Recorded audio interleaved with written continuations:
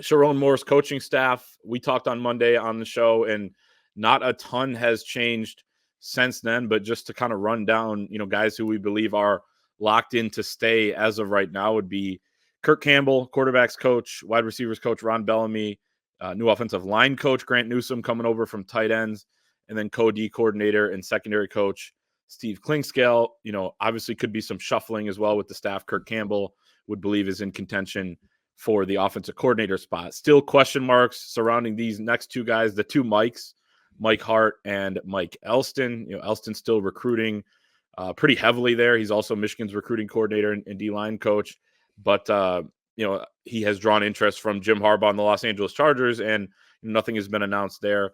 Likely out, but nothing officially announced yet. Jesse Minter, D coordinator, and safeties coach / special teams coordinator Jay Harbaugh. Strength coach Ben Herbert is out. Michigan promotes Justin Tress, 28-year-old right-hand man of Ben Herbert, to his post as the director of strength and conditioning. So that's kind of the rundown at this point.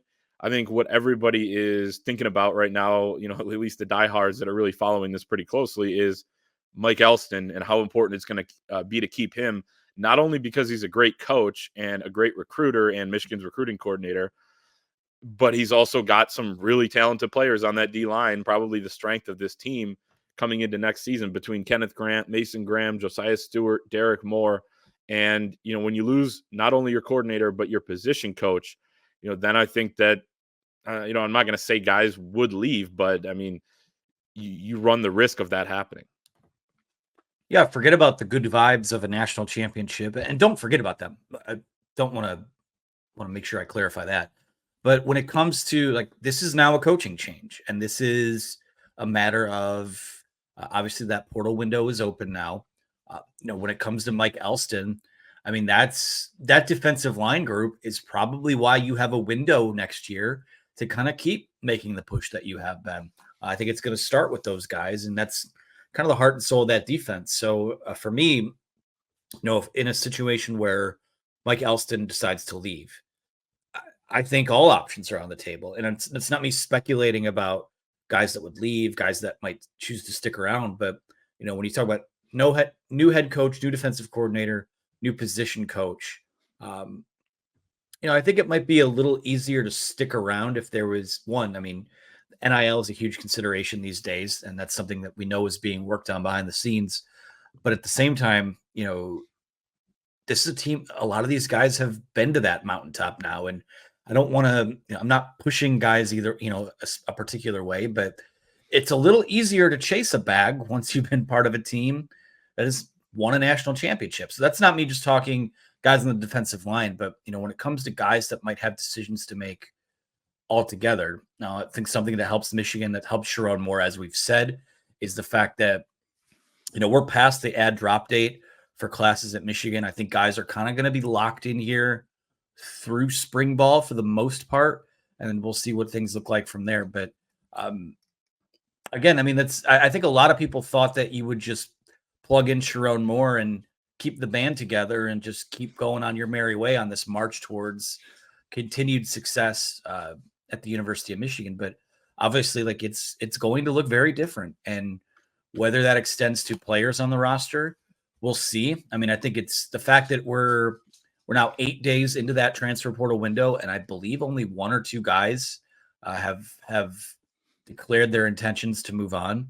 I think that's a pretty good sign that, despite all the bluster, despite all this uncertainty, most guys are still locked in and ready to play for Sherrone Moore. But we'll see what happens from there. I mean, there's a lot to sort out here still with, really the only things that have been officially announced is, the promotion of Justin Tress and then Abigail O'Connor sticking around. So there's a lot here to still kind of put a stamp on. And, at the end of this week, I think you could correct me if I'm wrong, we'll begin a dead period. So coaches will be back off the trail. And then that's where I think a lot of this maybe gets finalized and sorted out. So long-winded way of saying we'll see what happens. Sherrone Moore's been on the recruiting trail pretty much all week. Michigan hosting a junior day this weekend for, some of the top recruiting targets. And then the quiet period takes effect on the 4th. Dead period goes into effect on the 5th. So I think right now their main focus is taking advantage of these last few days of recruiting before they can finalize the staff. But it's obviously a lot of both right now for Sherrone Moore, who's juggling a lot of different things. Um, I did want to mention breaking news as we record this, and let's talk about the defensive coordinator hire that Sherrone Moore is going to have to make. But Zach Orr, Ravens inside linebackers coach, has been promoted to Ravens defensive coordinator. Mike McDonald, their D coordinator, former Michigan D coordinator, moves on to be the head coach of the Seattle Seahawks. Really happy for Mike Mack. Great guy. Rising star, 36 years old, now the youngest head coach in the NFL. But that does provide an extra challenge for Michigan. We just saw it with Zach Orr, who's a guy that a lot of people mention as someone Michigan should target, pretty much kind of was like Mike McDonald, right? Mike McDonald was the linebackers coach there in Baltimore before he came to Ann Arbor. Now John Harbaugh just filled his D coordinator spot. Jim Harbaugh will likely fill his with Jesse Minter. Mike McDonald now has a defensive coordinator spot to fill, and they all kind of run that same system, which is like the Ravens style of defense. I think another Ravens assistant went somewhere else to be the D coordinator. It is just growing and growing. This Ravens, everyone wants to be and play the type of defense that the Ravens do. That includes Michigan. It's a tough spot right now for them. There are still guys out there that can run that defense that you could bring in. There are still guys on this staff that Michigan could bring in, and that includes Mike Elston and Steve Klinkscale. And if you have a guy in Mike Elston who might be wavering, you have to wonder how possible it is that he could get an even harder look than he already would have as the defensive coordinator.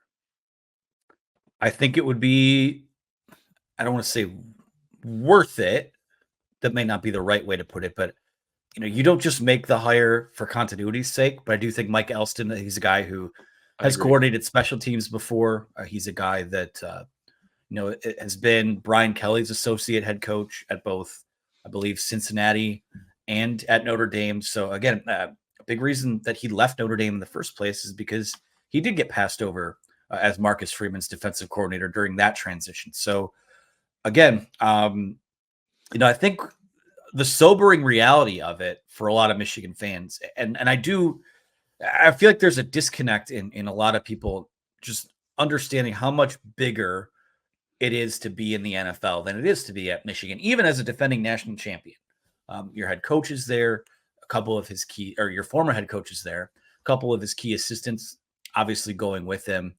We just saw Jeff Hafley leave as the head coach of Boston College to go be the defensive coordinator of the Green Bay Packers, which technically, yeah, that's a downgrade in title, but it's the NFL. And I think what we're seeing with a lot of college coaches, not even just head coaches, but position guys, is, being a college football coach now is about so much more than just X's and O's and hitting the recruiting trail. You're basically kind of a politician. You got to hit the road. You have to gather donations. You have to be the figurehead of, really the de facto figurehead or face of an athletic department, especially at a football school. So there's a lot that comes with that. Whereas, that keeps you probably working 18, 20-hour days most days. You go to the NFL and, they have extended schedules and such too. But, just take Jeff Hafley, for example. He just needs to go run defense with the Packers now. He doesn't have to recruit. He doesn't have to solicit NIL donations. He doesn't have to do all of those other things. So I do think, as great and as historically elite a program as Michigan has been, when it comes to the conversation of NFL versus Michigan, yeah, I mean, there's just, the NFL it's just its own beast. It's a completely different thing on a completely different level. And just take Jim Harbaugh, for example. I mean, the rumor is he's making $16 million a year. And that's not, even if you made him the highest paid coach in college football, that's what, $3, $4, $5 million past what that would have even been. So it's just, it's a completely different monster. And guys that have opportunities, I mean, that is the pinnacle of the sport. And that's just where the conversation is.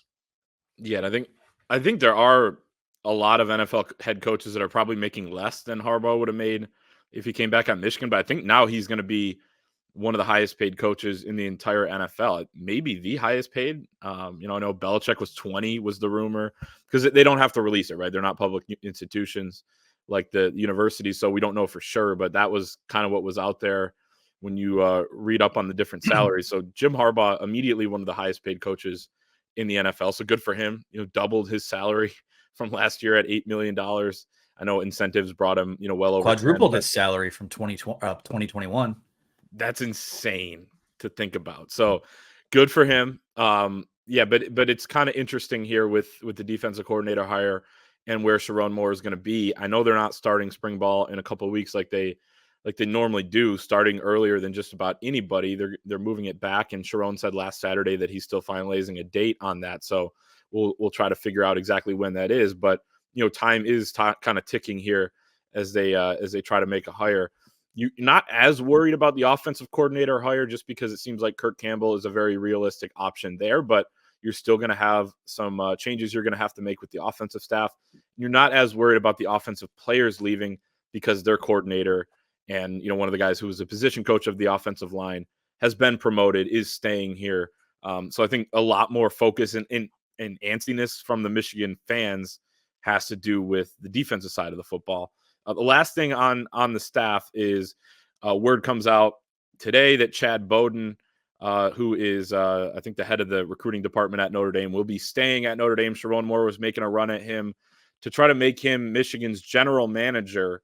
But Football Scoop says, from the way they worded it, he's probably going to get a raise as well. But his responsibilities are going to grow at Notre Dame. So Sherrone Moore helped him get probably an even higher title and some more money at Notre Dame. But regardless, it's not going to be him. But it seems like Sherrone Moore wants to find a general manager for his program and kind of build out that support staff. And I think that's a pretty smart move for him. And something that might be underrated too is the support staffers that Michigan's going to lose, like complete Jim Harbaugh guys like Tom Gamble, who no one ever heard about after he got hired, but a guy who was really involved with scouting guys, watching a ton of film, kind of, evaluating and helping out with that process behind the scenes as Michigan's, I think he was director of player personnel. But again, he was a guy that, like, I don't even know what he looks like. I mean, no one ever really saw him. I don't know if you do, AB. I know Denard Robinson worked closely with him. Denard, you would think, would stick around as a Michigan guy, but there are going to be guys like that. They're going to move on. But either way, I think it's clear that Sherrone Moore wants to kind of build out that support staff and make sure that he has, a lot of those guys, in place to help out the on-field coaches, because they've been pretty lean from a recruiting staff standpoint the last few years. Yeah, and maybe that's where the biggest difference is that, the recruiting area of it, maybe that department gets expanded and you lose a little bit from, the player personnel, so whatever you want to call it. Jim Harbaugh, I think, did a really good job of sort of morphing the football operation into the closest possible facsimile of what an NFL front office looks like, right? Obviously, with him being the head honcho, the judge, jury, executioner of a lot of those things. But, I don't know that, like, it's going to look different under Sherrone. And I think having like an NIL director in place, I think it would be a huge deal. Having more of those resources on the recruiting trail, because, yeah, I mean, someone that comes from an NFL background, they don't care what On3's rankings are, what any of the other recruiting sites rankings are. They're going to look at a football player and say, that guy can play and we have a plan for him. And I think that's kind of something that got lost in the sauce in terms of what made Harbaugh so successful over these last few years. So, yeah, I mean, it's just when you lose someone like Jim Harbaugh and lose a lot of his cadets and lieutenants, whatnot, it's just inherently going to look different. And you need to find a way to put your stamp on the margins and in the vision of what your program looks like. So again, like the idea of the guy they were going after from Notre Dame, I think certainly I don't think any of that stuff was ever a pipe dream. It's just a matter of you're Michigan fighting Notre Dame. Like those are two. For a guy who's been with Marcus Freeman at multiple stops as well. Yeah, you make the call because people would be mad if you didn't make the call, right? So all they can tell you is no. You just keep going, go down the list. And, it does kind of – there's been a lot of questions about, well, what does his phone tree look like? What are his contacts like?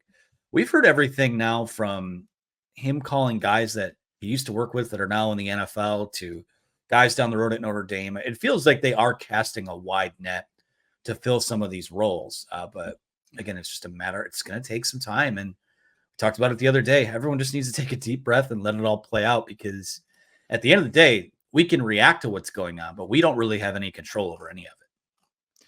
Yeah, and that's the thing too, that you want a lot of this to happen quickly, especially when it comes to retaining guys. But you have to not be afraid at any moment to pull the trigger on a move that you think's best for the program, whether that is one day before spring ball starts, like when Michigan hired Matt Weiss and moved Ron Bellamy over from wide receivers coach to safeties. He had to learn that and learn it throughout the spring with the players, because that was what was best at that time for the Michigan football program. So yeah, a lot of things on his plate in the short term, but it's just this ongoing process that he's going to have to adapt to as well. Go ahead.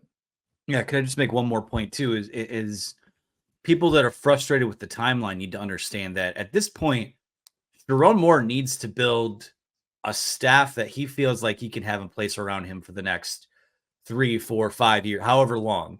The priority isn't just getting all of your ducks in a row to maintain things for 2024. Now, again, it's that juxtaposition of, well, 2024, you think you might still have a pretty good team, but if you lose this, if you lose that, you might lose a couple guys. Like, from Sherrone Moore's perspective, he can't worry about who might leave, who's going in the portal. He needs to put a staff together that is going to help him be successful, not just this year, but into 2025, 2026, et cetera. So, in the span of 7 days, I guess there's just a lot more to work out. Like, that's just the reality of it, guys, is there's a lot of moves to be made and a lot of coaches at programs that have their spring ball set or things like that. So again, I just continue to preach patience and give the guy a shot, give the guy a chance.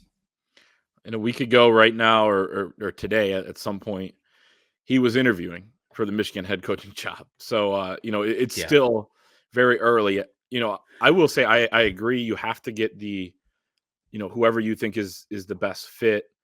But if you do think Mike Elston is the best fit for the defensive line coach, for example, right? I mean, there are other examples you could use, then go get him.